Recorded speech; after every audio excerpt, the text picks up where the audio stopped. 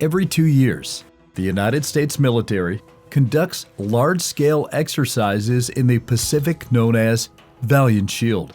These exercises aim to integrate joint training among U.S. and forces of partner nations. But for the first time, Japan's self-defense forces are getting involved. This is a result of China's growing threat to Japan and other neighboring nations like Taiwan and the Philippines. But the question most experts are asking is whether Japan is only trying to protect itself from China or is trying to provoke its neighbor. In the past, Valiant Shield was carried out by the American military mainly in Guam, with only U.S. forces participating. This year, the JSDF is also playing a role. Exercises are taking place in and around Japan, from the northern prefecture of Hokkaido to the southwestern region of Kyushu. Japan's military was expected to bring about 4,000 troops, 8 vessels, and 60 aircraft into play, according to a Japanese government spokesperson. Training includes maritime interdiction, intelligence, surveillance, counter-air operations, anti-submarine warfare, reconnaissance, and command and control. Experts say the expanded drill is in response to China. Beijing ramps up its maritime presence near Taiwan and in the South China Sea. According to the U.S., if a hypothetical conflict were to arise, China would use these island chains as lines of defense. Inside sources say that the U.S. military is working out a new strategy that will allow it to use its forces in the Pacific. Exercises previously took place on the second island chain, however. The U.S. military is focusing on the first island chain, which includes Japan, Taiwan, and the Philippines, and stretches down to the South China Sea. Navy Lieutenant Commander Hyder Mullick, one of the exercise's directors, revealed the Valiant Shield aims to build real-world proficiency in sustaining joint forces by detecting, locating, tracking, and engaging units at sea, in the air, in space, on land, and in cyberspace in response to a range of mission areas. This year's exercise comes less than a month after China concluded its own smaller-scale exercise around Taiwan, which was tagged Joint Sword 2024A. A statement issued by China's Eastern Theater Command noted that Beijing launched the exercise in retaliation to Taiwan's independent separatist forces seeking independence. Joint Sword began May 23rd, just 3 days after Taiwan inaugurated President Lai Ching-te. In his inaugural speech, Lai called on China to face the reality of Taiwan's existence and respect the choices of the people of Taiwan. China views Taiwan, a functional democracy, as a breakaway province that must be reunified with the mainland by force if necessary. Japan's decision to join Valiant Shield is not the only action the nation has taken to protect itself from China. Earlier this year, Japan's parliament approved a $55.9 billion budget for the military. A significant portion of the budget, around $8.78 billion, is allocated for integrated air and missile defense capabilities. This includes funding for 2 Aegis system-equipped vessels with $2.6 billion covering construction of the first vessel in 2024, and preliminary costs for the second ship slated for construction in 2025. The budget also provides $532.4 million for joint development with the United States for a glide phase interceptor, as well as funding for in-service air defense and interceptor missile systems.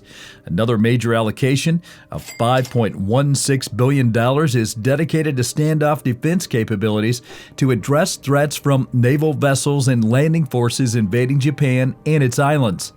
This includes the development, acquisition, and expansion of production facilities for domestically produced missiles and guided munitions, as well as the acquisition of joint strike missiles, joint air-to-surface standoff missiles, and the addition of Tomahawk cruise missiles launch capabilities to jmsdf ships, with Tomahawk missiles planned for deployment in 2025.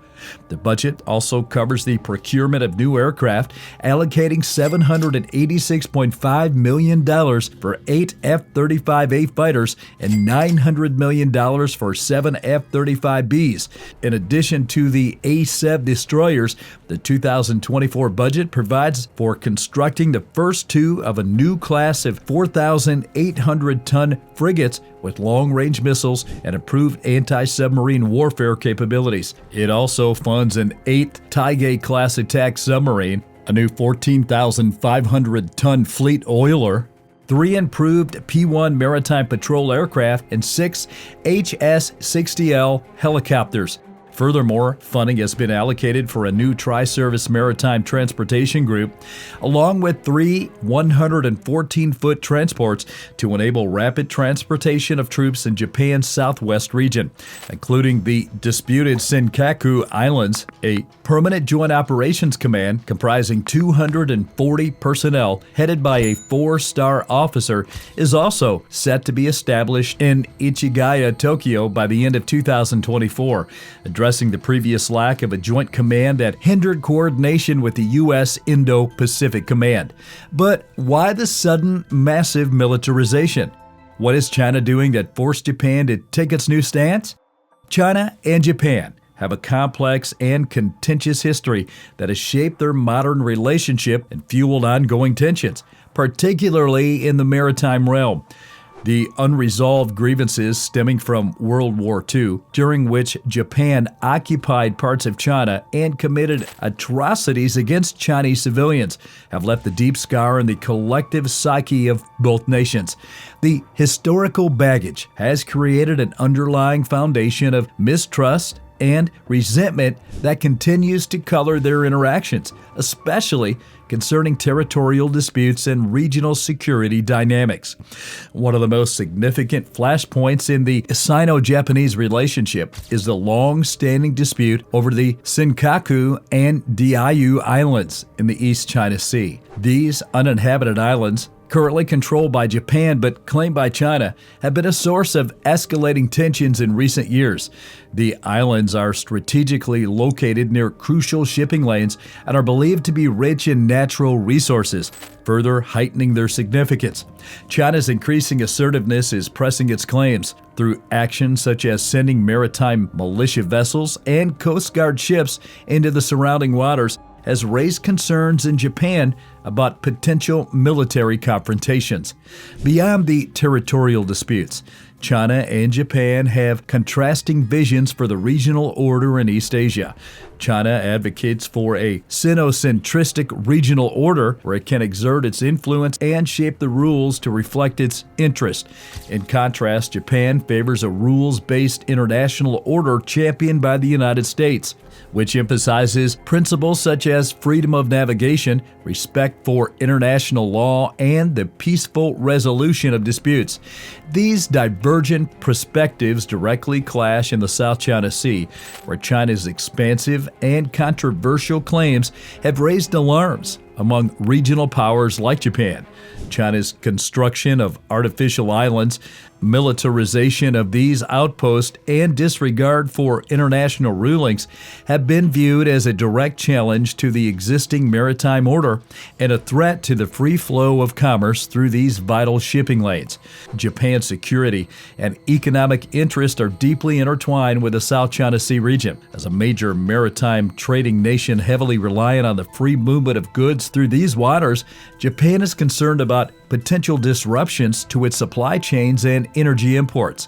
Additionally, China's claims in the South China Sea extend into areas perilously close to Japan's territory, raising fears of potential military clashes or miscalculations. In response to China's growing assertiveness in the region, Japan has taken steps to strengthen its military capabilities and deepen its security cooperation with allies like the United States.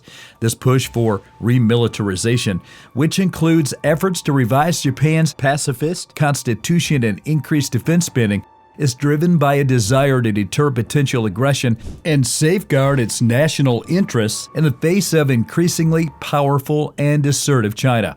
Japan's participation in Valiant Shield is a manifestation of this remilitarization strategy. These exercises aim to enhance interoperability between the Japanese and U.S. forces, project a united front against China's maritime claims, and reinforce the principle of freedom of navigation in the South China Sea and surrounding waters.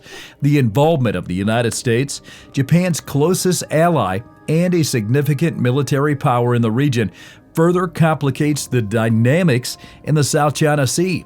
China perceives the U.S. military presence and its freedom of navigation operations in the area as deliberate provocations aimed at containing its rise and challenging its territorial claims.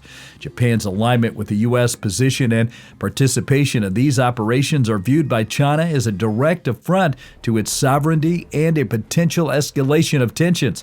The South China Sea has become a focal point for a complex web of issues that extend beyond territorial disputes and resource competition. Historical grievances, contrasting visions for regional order, military buildups, and the interplay of great power rivalries have all converged in this strategically vital maritime region. The intricate interplay of these factors has raised concerns about potential flashpoints for conflict and the destabilization of the delicate regional security balance. But what is your opinion on the matter? Is Japan only trying to protect itself from China, or is there something else we don't know? Let us know in the comments. If you enjoyed this video, make sure you hit the like button, subscribe to this channel, and turn on the notification bell for more amazing videos. See you in the next one.